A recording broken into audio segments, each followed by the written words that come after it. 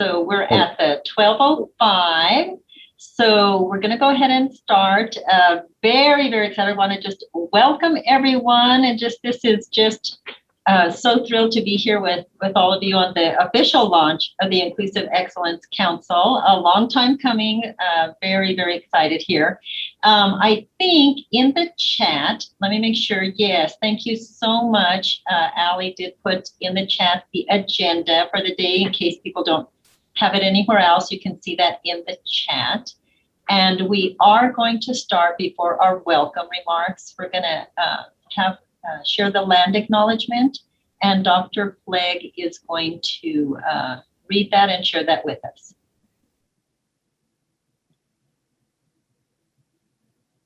Good afternoon, brothers and sisters and relatives. Oh, great, it's up there for me. I'd actually like to kind of combine just a moment to breathe together and the land acknowledgement, maybe a meditative kind of approach to land acknowledgement. So just, if you would, push back literally and figuratively from all of what has been in the morning, let it go, let it be, let it settle, take a few nice deep breaths, and use this for your own, whatever you need at the moment to kind of refill it. It may just be the deep breathing alone. Founded in 1889, the University of New Mexico sits on the traditional homelands of the Pueblo of Sandia, the original peoples of New Mexico, Pueblo, Navajo, and Apache, since time immemorial have deep connections to the land and have made significant contributions to the broader community statewide. We honor the land itself and those who remain stewards of this land throughout the generations, and also acknowledge our committed relationship to Indigenous peoples. We gratefully recognize our history.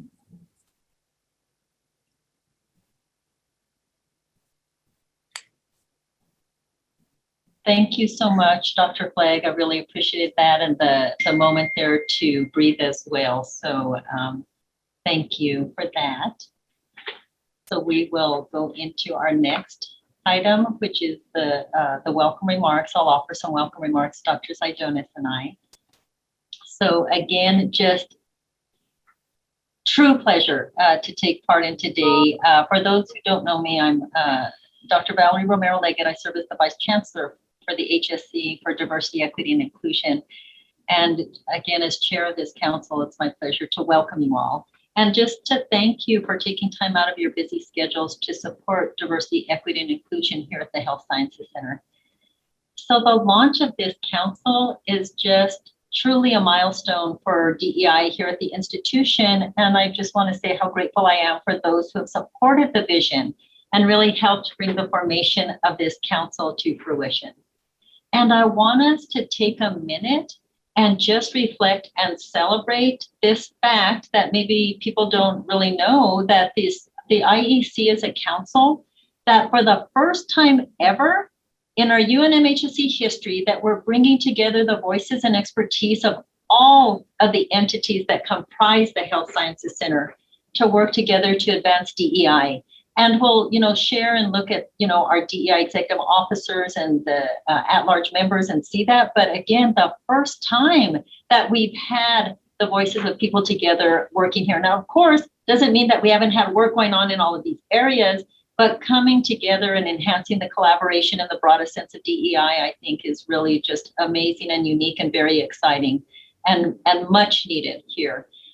So again, as I said, each of the colleges, schools, entities across the HSC have had years of work around DEI, and it's really important to hear and document the work in ways that honor everyone's work in an equitable manner. So you'll be hearing about this a little bit more, and when we go over a little bit of the history and the fact about the first deliverable.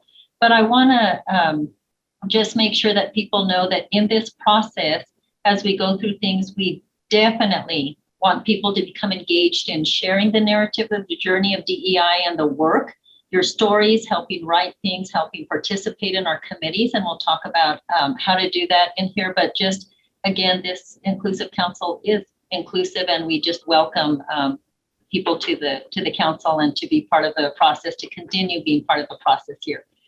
So again, just want to recognize all who have been dedicated to diversity, equity, and inclusion for many years here at the HSC and in our communities. And again, those of you who are here today and many others who may not be here at this meeting right now. I think all of you have really been part of this legacy of a more equitable and inclusive health sciences center.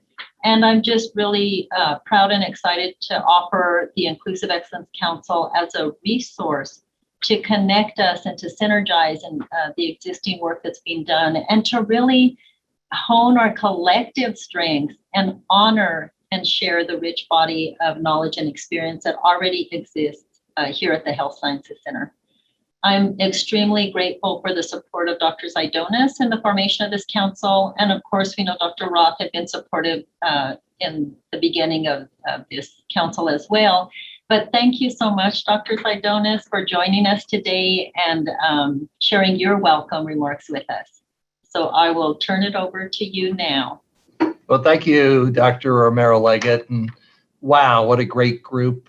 Many of you I already know and have had numerous meetings with, and some of you I haven't. So I'm really excited to, over time, get to meet all of you and work with you. Your work is so important for the Health Science Center, for our faculty, staff, and students, for our community. And I just know, knowing the group I know well and knowing how well you are thought of from your unit leaders, you all are going to be very successful. So I want to really thank you for your time. I also want to thank your unit leader, because all of them helped with contributing for covering some time for you to be able to do this work on a serious level. And their support also is going to mean a lot for you to be able to be successful in your roles. I appreciate that there are also many other groups that we have to make sure they feel a part of this process, who've been working for a long time on things, or even if they're working on a short amount of time.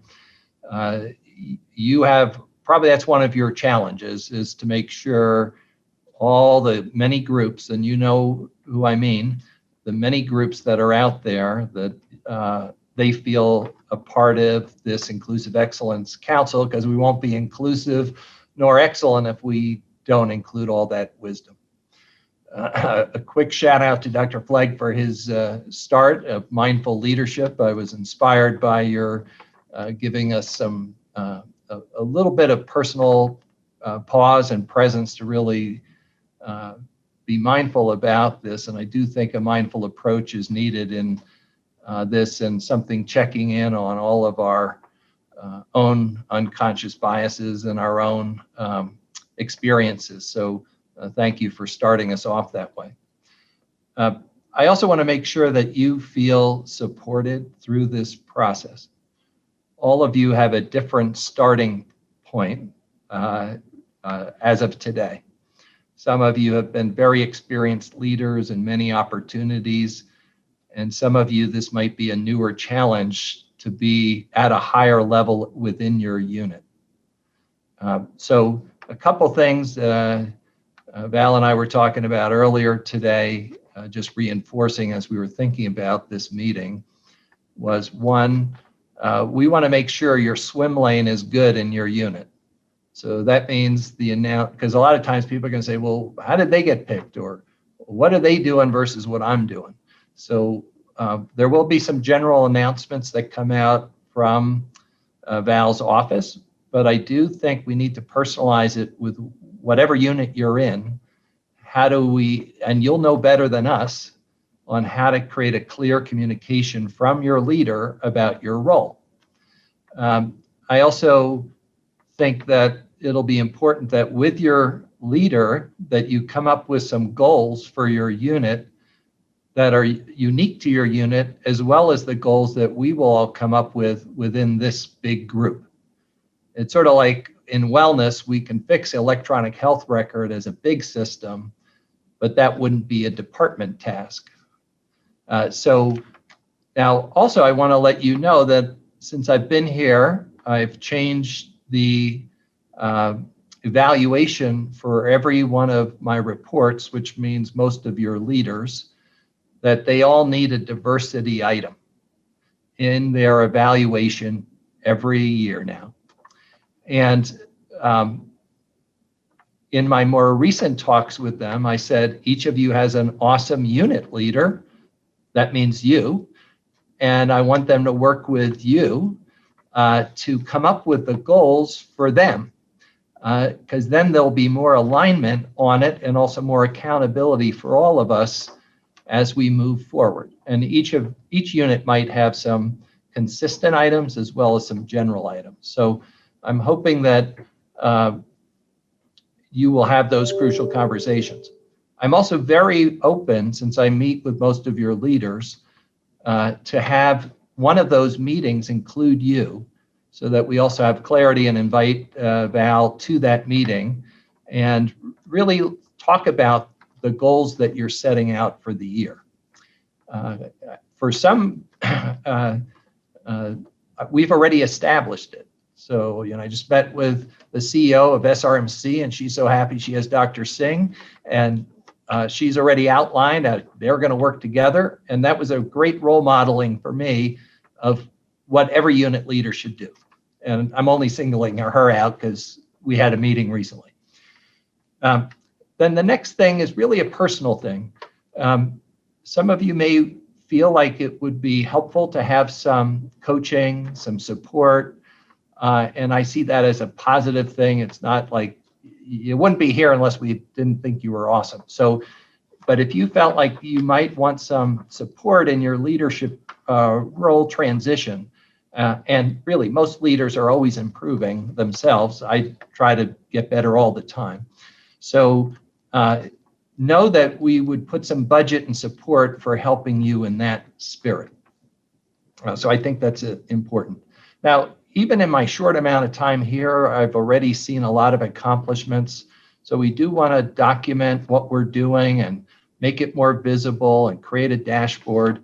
And I'll tell you what I'm hoping for in a year or so, and maybe you'll pick up the pace, but that we will have a general assessment of every one of your units, that we will look at climate. We will look at the numbers as it relates to hiring, recruiting, retaining for faculty, student, and staff, that we'll be looking at all the matters that that are important in each of those units, and we'll have dashboards, and there'll be some formal process where your leader and you will be presenting your area and both the successes and also the opportunities for moving forward. So I'm going to conclude here. I'll be so looking forward to the work of this group, and I know you represent many people here in this, and I just want to again summarize by saying a big thanks for what you've done to get here and also what you're going to do moving forward. So thank you. Thank you so much, Dr. Zaidonis. Again, just appreciate your support in this and your inclusive excellence practices. So we're thrilled. We're going to definitely be up to your charges there and the things that you'd like to see. We're excited to get there and to continue to be learning from each other as well. So thank you. Okay, next we're going to have a few announcements that we want to share with the group. Dr. Fabian is going to lead us here and talk to us a little bit about the LGBTQ Pride Month activities, and I'll turn it over to you here, Fabian. Thank you, Dr. Romero-Leggett. Hi, everybody. I love seeing all the Pride backgrounds, the Zoom backgrounds. I put the hospitals in the chat in case you wanted to have that. Every year, the LGBTQ Collaborative puts together, we march together in the parade, but this year, Pride celebration looks a little bit different. So we had to come up with some digital, virtual celebrations. So I see Dr. Crandall's on here, and he's always helping me with this. And also Frankie Flores from UNM, LGBTQ Resource Center, helped us put stuff together. Some of the events have already passed. On the 10th, we had a streaming of The Whistle, which was an incredible documentary made here in Albuquerque, mostly by the lesbian community who identify as people of color. So that was fantastic. If you missed that, you can still check it out at the UNM website. So I recommend people watch that. It was kind of fun. I told Cameron, because we watched it together, I said, kind of felt like I was listening to family members talk about the good old days or something. So it's interesting. It's a good thing to check out. As far as what we have left, on Monday, June 21st, from 5 to 6 p.m., we'll be working with Al Ray Nelson, who's the executive director of Dene Pride. So he'll be leading us in a conversation called Organizing for Resistance, Sovereign Nations, and Our LGBTQ plus Families. So, and we also have Dr. Jaren Key, who's also Navajo, who will be moderating that session. So if you can join, please join us. It's after hours from 5 to 6. And then on Wednesday, June 23rd, we have another speaker, Dr. Kristen Ekstrand, who will be talking about LGBTQ matters. And the name of that talk is Still Learning LGBTQ Health and Medical Education in 2021. And that's at noon on the 23rd. I'll put this in the chat so people have it. But we're excited that we were able to put these together. It's been so nice having Dr. JP Sanchez and Dr. Cameron Crandall helping me with the collaborative, because together we really put together a lot of nice stuff, I think, for the community. And I don't know if I left something else, Dr. Sanchez or Dr. Crandall, please fill it in. I know we had some t-shirts. People really want more t-shirts. We only ordered 200, but they're kind of the limited edition. But that was another way to just show pride. I would just add that we will also have a student success panel on Thursday, June 24th. So look for that. We'll have some of our current and former students. We'll talk about who are queer identified, and we'll talk about some of their successes and challenges that they've had. Thank you. Wonderful. Well, thank you for that update and the incredible work here in this celebration and history that we'll share. And just again, a reminder, you can find these on our Office for Diversity website, as well as I know the communications and marketing continues to promote these as well. So our DEI website has them. And what's nice is if you miss something for all of the Heritage Months, you can go back and listen to the recordings. They've been so just incredible. And to thank, Dr. Sanchez and Dr. Gomez Chavez, who have helped lead in the Heritage Months, but Jose Rodriguez as well, of course, and Meg Elcock and our team from and Teresa Madrid, just in the overall Heritage Months. So thank you for that. A couple other things to touch real briefly on, and just to remind people, and hopefully you saw it in HSC Communications, but some recent news. The first on the Agency for Healthcare Research and Quality, ARC, some updates on their policy and inclusion for LGBTQ plus persons. And Dr. Nerve actually shared this with myself and Dr. Sanchez early on, and I'd like her to just share a little bit, give a little brief information on what that is. Dr. Nerve? Thank you, Valerie. Good morning. I would like to report that the Agency for Healthcare Research and Quality, AHRQ, which, as you know, is one of the 11 operating agencies of the U.S. Department of Health and Human Services, and is also a major funder on health services research, have recently updated its policy on inclusion of priority populations to include LGBTQ plus persons.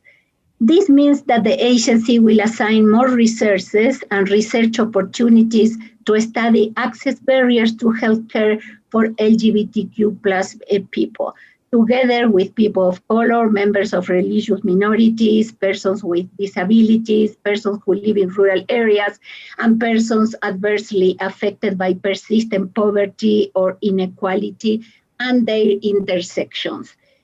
I would like to add very briefly that when we study access barriers to healthcare, some of the most critical barriers that we find in the United States and also at global level, together with the barrier of affordability, particularly in the US and the developing world, are those barriers related to racism, xenophobia, ableism, aporophobia, that is the hate of the poor, queerphobia, transphobia, among other barriers. And we see that barriers that affect LGBTQ plus people, as most of the mentioned barriers, operate in three principal sets of relations. One, community members of minoritized population experience access barriers to timely and quality healthcare. Second, members of the health workforce that belong to minoritized populations experience discrimination within the healthcare system that affect their careers and their well-being. Third, some community members also discriminate against members of the health workforce that belong to minoritized populations. And then this update on the policy of the agency, I see this update as an important opportunity to conduct CBPR implementation and or translational research to inform effective policies that contribute to eliminate the barriers at those three levels. Thank you. Thank you so much, Dr. Nervi, for again sharing that and the information that you just shared with us as well now. Appreciate that very much. We also, I'm hoping people are aware that President Biden had signed the COVID-19 Hate Crimes Act.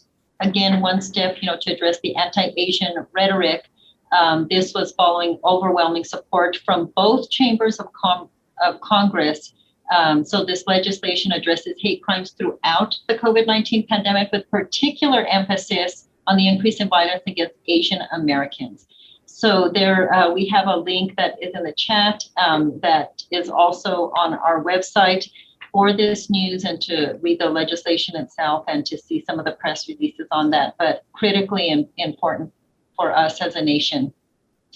And then the final announcement here is the new executive director for the UNM Hospitals Diversity, Equity, and Inclusion.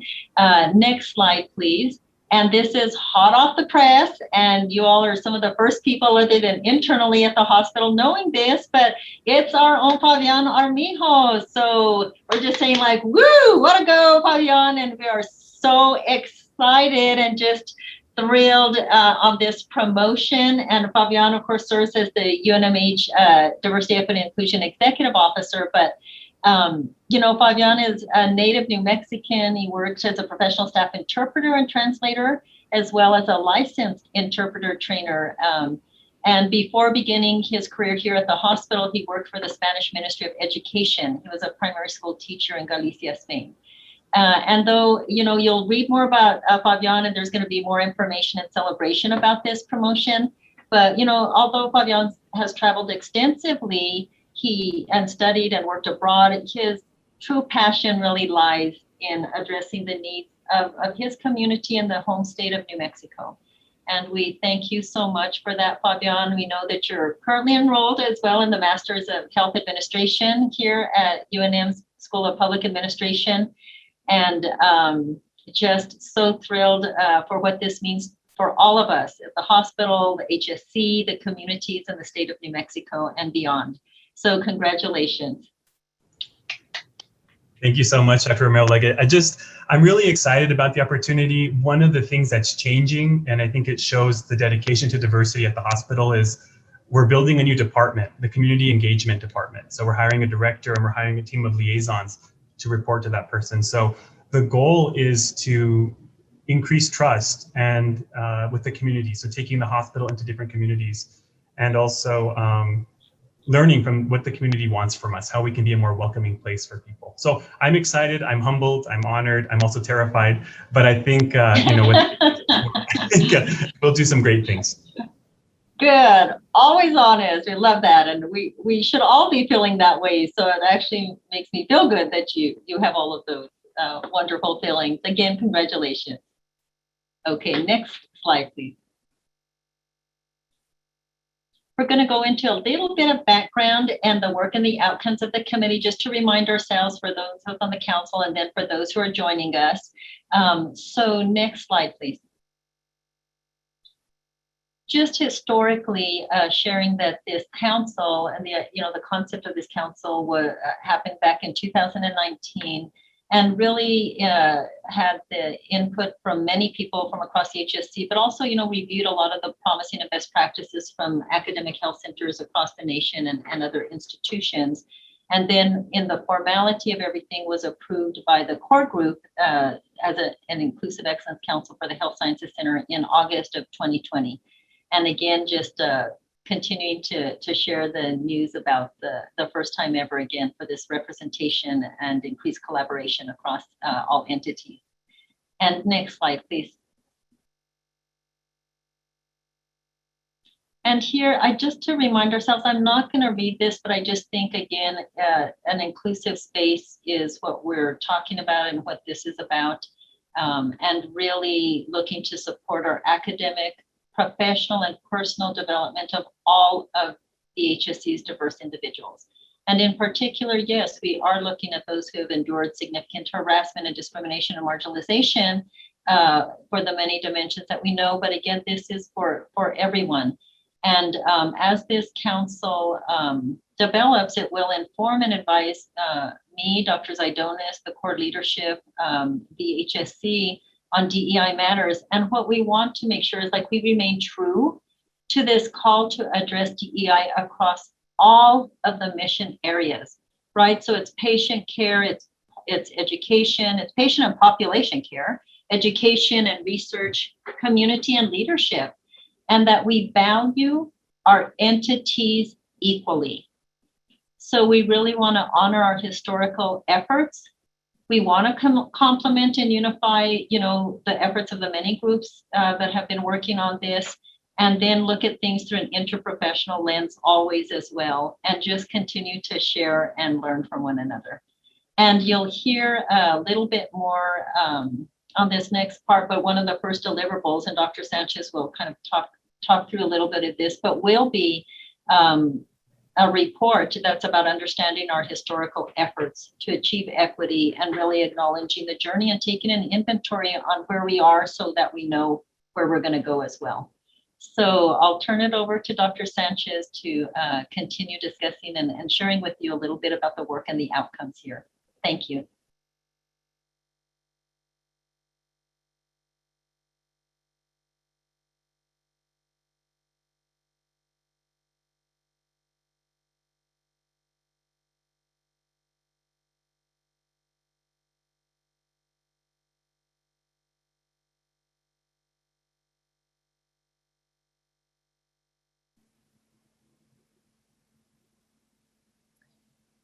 My apologies, everyone. I had myself unmuted. Good afternoon. It's great seeing everyone. Thank you, Dr. Romero-Leggett, and congratulations, Fabian, on your new appointment. We're really looking forward to working with you in all of your leadership in UNMH, as well as across HSC. So I think one of the things that Dr. Romero-Leggett just alluded to was a number of things that we're going to be working on collaboratively. One of the things that we wanted to make sure to point out, and we've sort of pointed this out before, is the HSC Office of DEI webpage, which we want to continue to remind you there's a lot of great updates on IEC, as well as a lot of great updates on all of the work that you're leading in terms of activities, programs, strategic planning. And this is one of the ways that we're going to share and disseminate information of our DEI-related efforts across HSC.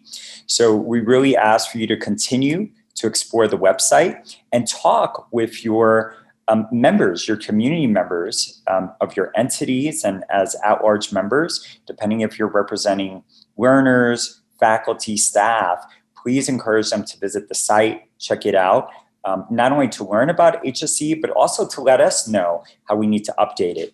Included within the HSC Inclusive Excellence Council webpage is our charter or organizational chart, where you can learn who are the DEI leaders across our HSC, as well as some of the roles and responsibilities of the executive officers. And as mentioned by Dr. Romero-Leggett, on the celebration site, you could currently find the events for Pride Month, but also a listing of prior Pride Month activities as we have organized our efforts around 6 federally recognized Heritage Months. So there'll be new events as well as our historical events, and we're already getting started to launch another cycle with Hispanic Heritage Month, September 15th to October 15th. Let me just share the PowerPoint slide once again. So in terms of what we'll be working on over the upcoming year and years to come, some of the important areas to keep in mind is that we want to build our committees. As you know, we'll be working together on 4 committees. And as we build these committees, we want you to continue to identify content experts to bring on, advisors, as well as community members. So remember, we not only want the committee members to be inclusive of all of you, but think about who else across HSC, who else across the university and across the state of New Mexico you want to engage in the process of doing this work. As we do this work collaboratively, and this is something that Dr. Saidonis alluded to, we also want to take inventory of our journey up to this point. So, you know, our state is diverse in many ways. The university, and specifically HSC, has been proactive in diversity, equity, and inclusion work. So we want to generate a report with everyone's input of our history and share each of our lived experiences so we can have a better idea of where we want to go moving forward to build that strategic plan. The historical reports, as well as ongoing reports from the committees, will help to inform presentations that will be delivered to core group on a biannual basis.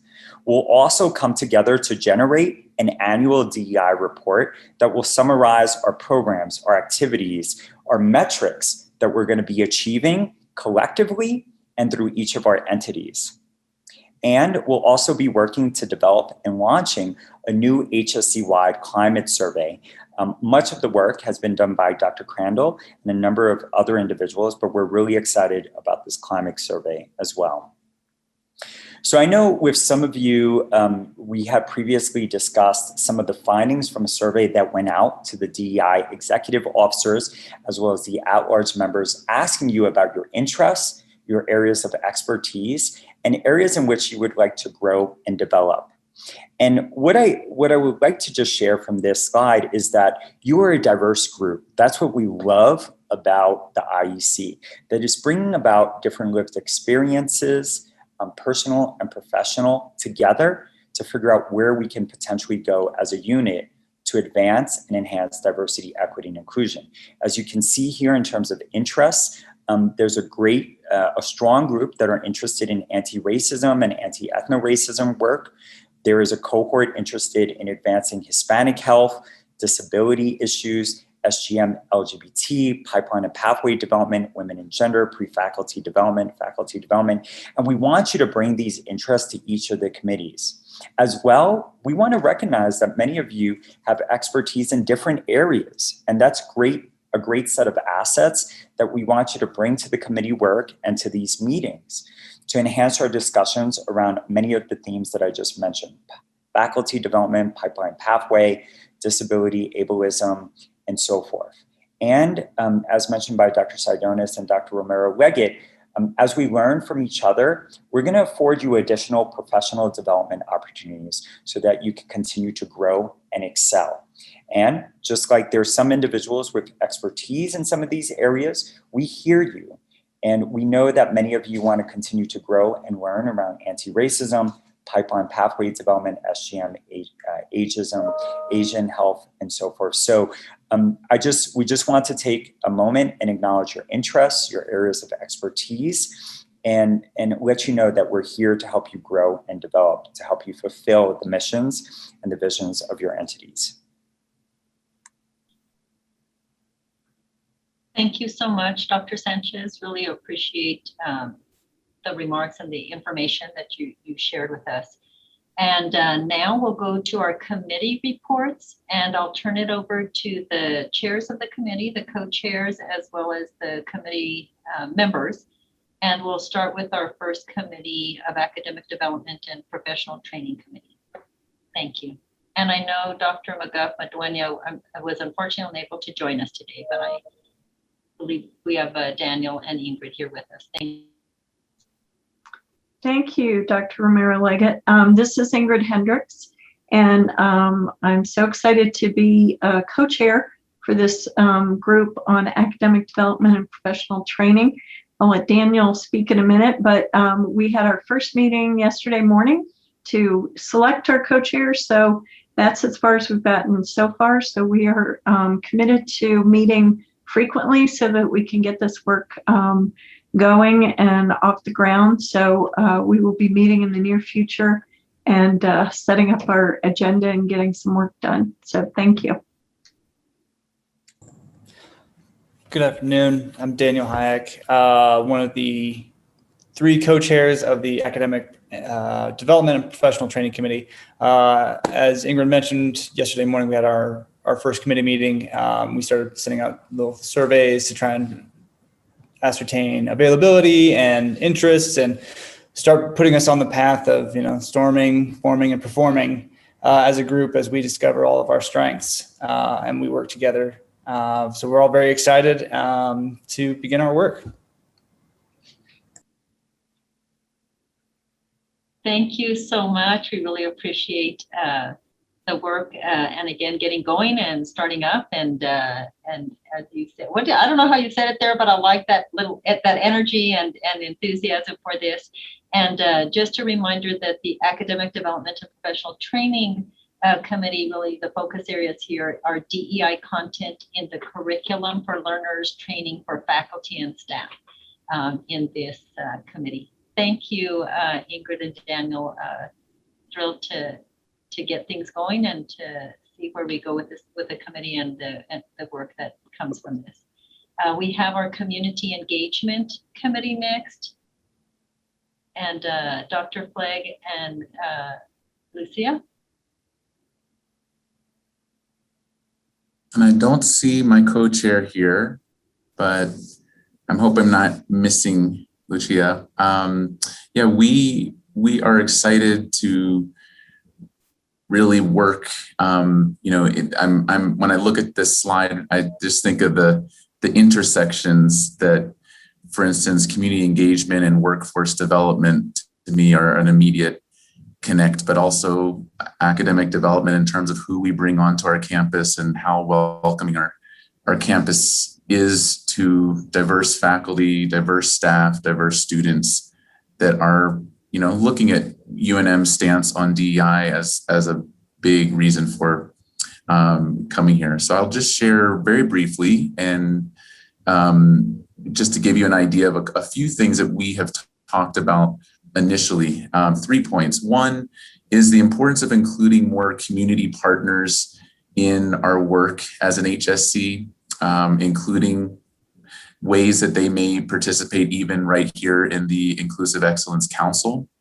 For all of my fellow students, staff, and faculty, just to imagine that there was, in the meetings you had been to this morning, imagine if 2 or 3 community leaders were at each of those tables, each of those Zoom meetings, each of those in-person meetings, and how that would, really change the conversation, particularly from an institution that cares so much about extending our walls to really be, inclusive of every community, town, city, village, big or small in New Mexico and the people that live there. So we don't have that right now, and we'd like to do some formative work in thinking about how community partners in research, in all aspects in our teaching, for instance, could be incorporated more and what that might do for the HSC. Secondly, including community engagement work in promotion came up as a big topic of conversation, that if we tell a faculty who's interested that their only way to get promoted to the next level is through research, and that you can do community engagement, that's kind of on your own time, good luck with that. It's going to directly hinder that work from happening. And I think similar analogies for our students and our staff, not to be faculty centric on that, but thinking about community engagement work scholarly work, but also just even if it's not attached to official scholarship, as critical and as important as other things that we do value. I think that was our kind of biggest thought on that. And third, recognize community engagement work as part of one's FTE here for faculty and staff, potentially for students, having ways to recognize that reaching out and working with our communities is important. We kind of gave the analogy that, if a faculty member is engaged in work with some of our diverse communities, and that work requires nights and weekends, that should be as legitimate as spending hours in front of their desk from 8 to 5 on a Monday to Friday. And a lot of our community engagement work doesn't happen during the normal work hours. And I don't think many of our departments and schools are probably not set up to really be flexible to know how to recognize and think of faculty as being able to offer services, skills, talent to the community, but not during the normal business hours. So excited to work with y'all, and I'll turn it back over to Dr. Mara Leggett. Thank you so much, Dr. Flake. And I'm sorry I failed to just say for the Academic Development Professional Training Committee and the Community Engagement Committee, if other members of the committee want to add any comments or thoughts at this time, please feel free to do so. And since the screen, it's hard to tell with everyone and raising hands or whatever, you can just feel free to speak out.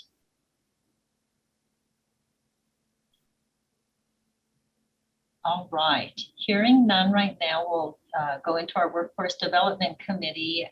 Dr. Singh, and I know Dr. Smart is having a wonderful family vacation right now, so very excited and thrilled for her. And Dr. Singh, I'll turn it over to you. Thank you. Absolutely. I'm excited for Lindsay as well. As someone who's just returning from paternity leave, I think it's very important that we all take some time for ourselves as well. So absolutely, I'm very glad that my co-chair is getting some R&R. I hope it's much deserved. Looking at time, I'm just going to be relatively brief. Our Workforce Development Committee is really focusing on the recruitment, retention, promotion of HSC students, residents, fellows, and faculty. And we're trying to cultivate resources as well for ongoing leadership and training and really personal development as well. Thus far, the group has met. We've gathered a preliminary list of content expert advisors and community members as well, and that list is growing. And for right now, for the council, I think something that I'm really excited about is the IEC is a declaration of change. And I think the commitment of the various HSC entities to put kind of their money where their mouth is and create this time and this space that was really going to benefit the patients of HSC and the people of New Mexico, I think is just such an exciting thing. And I'm really proud to be a part of it. And when I think about that, we're updating our lens, we're updating the views that we have right now, and we're really embarking on a journey where we're changing the way we view the work, do the work, and teach the next generation to also carry on this torch. So it's just amazing, and I feel so lucky to be a part of it. Thank you, and thank you to everyone who's made this awesome and made this amazing already, even though we're just kicking things off. And thank you to all the leadership that's helped support all these positions. Thanks. Thank you so much, Dr. Singh. And I loved how you described that, a declaration of change. And yes, putting money where our mouth is and really walking the talk at this time. So thank you for that and your enthusiasm and the work of the committee. Is there anyone else from Workforce Development Committee? Any comments or thoughts that you'd like to add? Thank you again, Dr. Singh. We'll go into our Culture and Climate Committee. Dr. Crandall? Thanks, Dr. Mara-Leggett. So we had a meeting yesterday with a number of the members of the Culture and Climate Committee. We ended up not having more than 50%, so we've hesitated being complete in terms of our co-chair identification. I have offered to be co-chair, and the group that we met was happy for me to serve in that capacity. And we've also extended an invitation to another one of our members, but that individual hasn't yet to have accepted the position. So I'm not going to announce that at the moment. We'll probably need to have a short-term meeting, a quick turnaround meeting to nail down a second co-chair, second or third co-chair for our group. We spent a significant amount of time sort of talking generally about some of the dimensions of who should be represented in the culture and climate group, and identified some of the assets that we had and some that we felt that might not be present. And so some of the things that we considered were making sure that we had broad representation across HSC. Our group is a little heavily weighted on the School of Medicine side. We do have members of College of Pharmacy and College of Nursing, but we would like to see it be even more balanced. We also were concerned potentially about ensuring that some of the voices, such as staff that are in lower paid positions, for example, might not necessarily have as much of a voice. We tend to have representation on higher admin level and kind of program staff, but not necessarily some of our other workers. And to echo what Dr. Flegg said, we also identified a significant need for broad representation amongst community partners. And we talked about not only constituents in terms of the individuals across New Mexico that we educate and serve, but also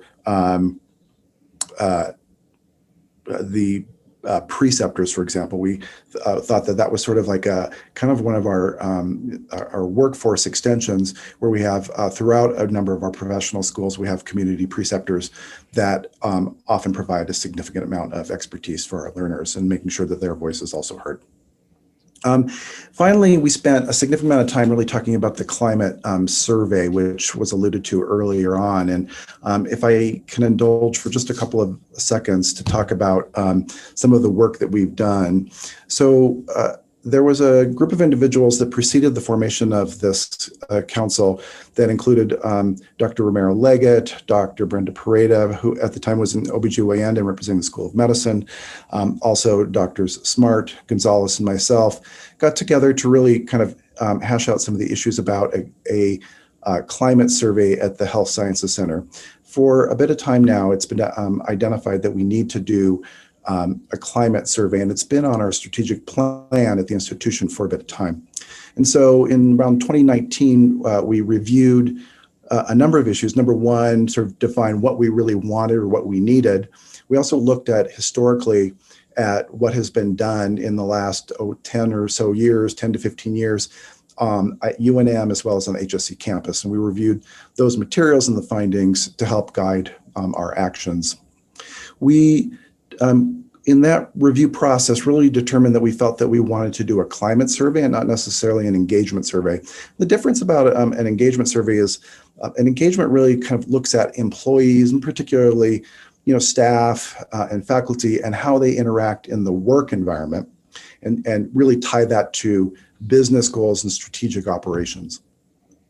The climate survey is a bit more extensive. I mean, it incorporates these issues of engagement, but also really looks at a broader look, and definitely we incorporate our learners in the environment to really understand what is the entire culture and climate that's going on at our institution, and how that impacts not just our workforce, but also our general interactions on campus and our learning environment. We felt that a number of factors really were important when we did our reviews. So we looked at existing products, things that we've used in the past, as well as did a little bit of snowball sampling techniques of identifying, getting referrals, asking on the listservs, what are some of our options that are out there. And we assembled a list of a number of companies or consulting agencies that provided these types of services. And as a group, we interviewed them informally to find out what their offerings were, what were some of their strengths, weaknesses, and to address some of the issues that we had. There were about 5 or 6 different companies and agencies or tools that we reviewed. These are actually all summarized in a document which is in Teams, and I would invite folks to look at that. You will be able to find it under the file section. It was in our climate and culture section. I realized that probably not everybody had access to that, so I flipped it over to the general one so that everyone would have access to it. In there, we review again, these products that we interviewed and looked at and reviewed them on a number of dimensions. Again, climate versus engagement. We want to make sure that they had actual academic health center experience. Many actually had significant sort of general academic experience, but not necessarily health center experience. We wanted to ensure that they had experience working with broad communities, including faculty, staff, as well as learners. Many products don't necessarily incorporate learners. We also considered whether or not they provided benchmarking information. And finally, we also looked at whether or not these products actually would give us data or turn over the data to us. One kind of prominent example would be Faculty Forward or Standpoint, which is produced by the AAMC, is well regarded as a survey instrument, but unfortunately, you don't own the data, and so you only can contract with them, and they will do your analysis and give you back the report. You don't actually own that and can't necessarily replicate it on its own. So as a group, our small group put together a recommendation of actual Rankin and Associates as we felt was the strongest offering. We presented this idea to HSC core leadership, and my understanding is that was accepted and approved. And what we really wanted to do was to bring it to this group to ensure that this group broadly felt that this was an appropriate action. And I guess I would ask that potentially we take action on this. I guess we have a couple of kind of procedural choices to make, whether or not we actually would approve it today or whether we could do something in more shorter term. My concern is that we do need to take action in order to get moving forward. If we don't, we need to act quickly so that we can start the process coming up on this upcoming academic year. If we delay this, we're going to really fall off of calendaring, and we'll have a difficulty of actually doing a comprehensive assessment for this upcoming academic year. Dr. Crandall, thank you for that great summary of a lot of past year's work here. And again, the action item today that we have here, I will ask you to make a motion for that action item. We'll get our second, and then we'll have time for discussion and questions on that. But again, I'm understanding again the feeling this is a recommendation coming out of your Climate and Culture Committee in order for us to move forward with bid processing and other things that will take time so that we could engage and have a climate survey done in this coming year. Yeah. So would you go ahead and make the motion? Yeah, the motion would be to adopt the recommendation to conduct a climate and culture survey with Sue Rankin Associates as a strong candidate. Thank you. Do I hear a second on that motion? And please go ahead and just speak up because I'm sorry, I can't see everyone on the screen. I'll second. Thank you, Dr. Pandy. We have a motion and a second. Do we have questions or further discussions or comments? Just a quick question. Was this survey going to be faculty School of Medicine? Was this all comers, or can you just briefly speak to who would be engaging with the survey, please? Thanks. And roughly how many questions? I apologize, I haven't seen the Teams document. I look forward to maybe reviewing that more in depth, but if you can just briefly speak. Yeah, let me clarify, because the process that we've looked at the variety of tools and options. Some are simple surveys that you can actually have, 24 items that you would deliver to, say a population, versus a more comprehensive approach. And actually, so Rankin Associates produces a more comprehensive approach that incorporates both qualitative and quantitative measures. We would decide ultimately who the sampling frame would be. Our imagination is that it would include faculty, staff, and learners across the HSC. And so it would be a broad survey inclusive of all of our educational units. So to really be an inclusive approach. And we don't necessarily, Rankin doesn't, for example, produce a specific, doesn't have an off-the-shelf survey that they use. They have existing tools and questions that they use, but it's tailored to the individual issues that come up in their initial assessment at the Health Sciences Center. They have extensive experience in working with academic health centers and have had over 20 years experience doing this type of work. Thank you. And it most definitely will be across the entire HSC. So it will be faculty, staff, learners, everybody, which I think is really important for us. And as Dr. Crandall gave the great summary here, not only an engagement survey, but things looking at the spectrum of DEI from, microaggressions to the workplace to the sense of belonging, really very comprehensive. And again, informed by us here at the HSC, individualized to us as an institution. But that's why there were actually so few vendors too. As you look at it, the work was done. There are not that many who do academic health centers and do this kind of comprehensive qualitative, quantitative work. But thank you for the question, because that is really important to understand that, like who is doing this. And I know that several entities across the HSC, like pharmacy recently and others, were talking about wanting to do some climate and culture surveys. So this will hopefully inform and keep us from doing like separate little ones in different places. Thank you. Further comments, questions, discussion? I have a question.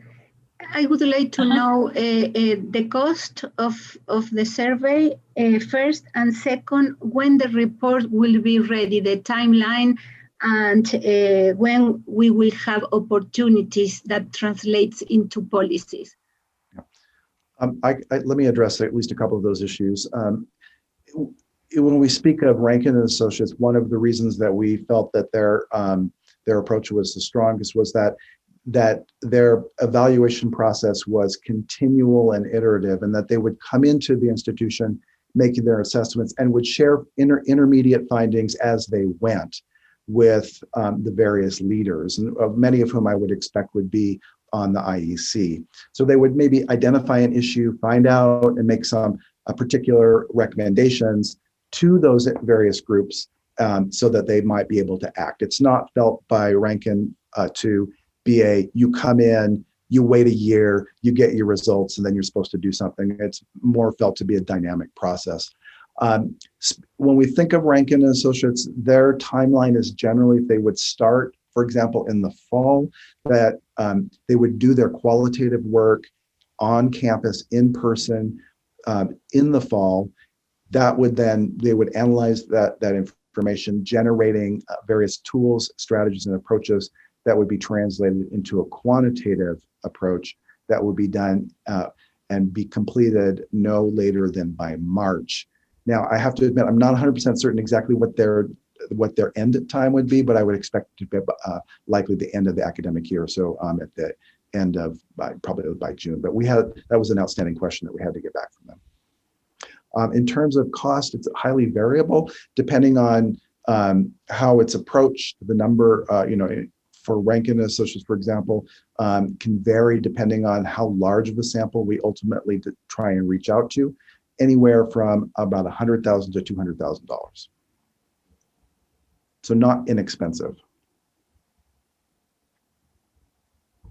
Very comprehensive. Okay, any other comments, questions? I had a question regarding, is it going to be something that we do periodic, like not year over year, maybe every 18 months or so, just to ensure we have some continuous improvement in this arena, and how would that be measured year over, or whenever that period would be, if we do that? Yeah, so many of the tools that we looked at can be replicated, and that's why we wanted to go with Rankin, and that we would own the products that were used to assess our HSC campus, so that we could reiterate, recollect using the same tools and strategies again. So we essentially would work with Rankin Associates to do an IRB. We would have the tools. We would help collect the data. They will do the primarily lead on the analysis, but then they would hand it over to us and we would own it so that we could do it again. Yes. Great question, Helen, and really important. Yes, and that was really important to us too, to own the data and then be able to use it again in the next 3-4 years, as we continue to see what progress we've made and where we need to still do work. Thank you. I have a question. This is Angela Wandinger-Ness. I have a strong footprint on the research side of our house. And so I just want to emphasize that it's important for the questions and for the surveys to also include the researchers, which has not happened in the most recent survey of faculty. So Right. Thank you. Thank you. Thank you, Dr. Wandiger-Ness, and they most certainly will be. And again, that's why we will have the focus groups, the buy-in from the beginning, the way that Rankin and Associates work is inclusive in that way. So thank you for reminding us of that, but most certainly. Other comments, questions? I know we've run out of time here on our time check, and we can also table this to our next meeting, but again, it was put on as an action item because of the time sensitive nature to move forward. So any further comments, questions, discussion, because this is an important issue for us. And I know we do have quorum here today, so we can go ahead and take a vote on this. I'll just give a few more seconds here if anyone else has comments, questions. And we can also do an electronic vote should we have any other issues too, just so people are aware of that as well. Okay, hearing none now, and I think what we're gonna have to do is put things in the chat because I can't see everyone's hands, and if people would please yay or nay or abstain on this motion from Dr. Crandall and the Cultural and Climate Committee.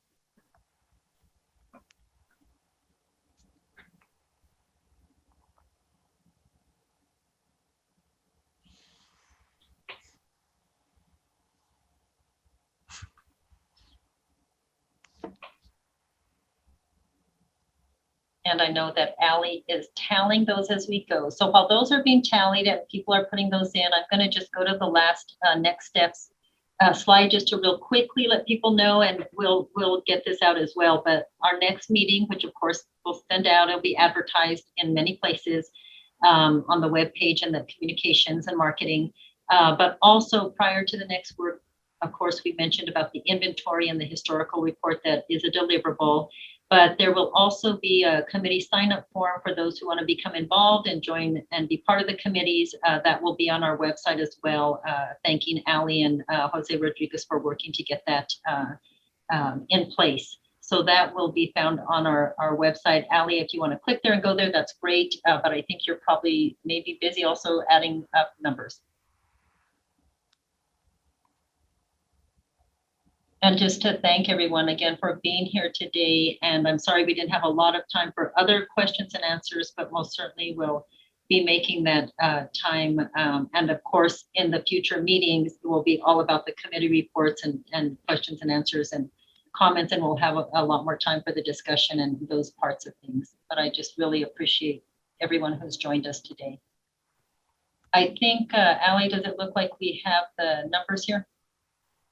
So we have 15 yay, 1 abstention. Okay, so the motion passes. We'll move forward. Congratulations to us. I'll be having a conversation. I know Dr. Zaidonis got off, but he and I will be having a conversation here about this. And those, you know, so it's great that he could listen here as well and hear that. But again, I mean, just look at this incredible group of people, you all, and what you've taken on and your leadership here and the communities and the perspectives and experiences and everything you bring. It is definitely a declaration of change. I just love that, you know, how you said that, Dr. Singh, and a true time for collaboration and continuing to learn from each other and really look to address the issues that are really important to us as a health sciences center, to meet the missions and at the end of the day to care for the patients in our communities here in New Mexico and make this a great place for people to, you know, to work, I mean, we live here too, half the time and everything, but to just, you know, get the most benefit of this health sciences center and to really maximize all of that together. So thank you all for this and for being here today, and just thrilled to be here and to have launched this, and we'll look forward to our next meeting. And I'm sure we'll be in touch by email otherwise too. Look for the website and take care, everyone. Have a wonderful day. Thank you. thanks for staying on as well. Can I ask a quick question? Sure. Are the committees for IEC members only? Are they open up to everyone? No. They're open up, and that's why I'm sorry. In the next steps form, there's a link already up on the website. Just go fill that in, and please join. And/or I know several people will be reached out to be content expert advisors as well. But if you want to, preempt or be part of and sign up and choose a committee or two that you want to be on, please. We want people to participate. We want people to be part of the process. Thank you. And I'm sorry that wasn't made more clear there earlier, but please, I know you have a wide audience. You can share that as well. Thank you for the question. And thanks for joining. Take care, everyone.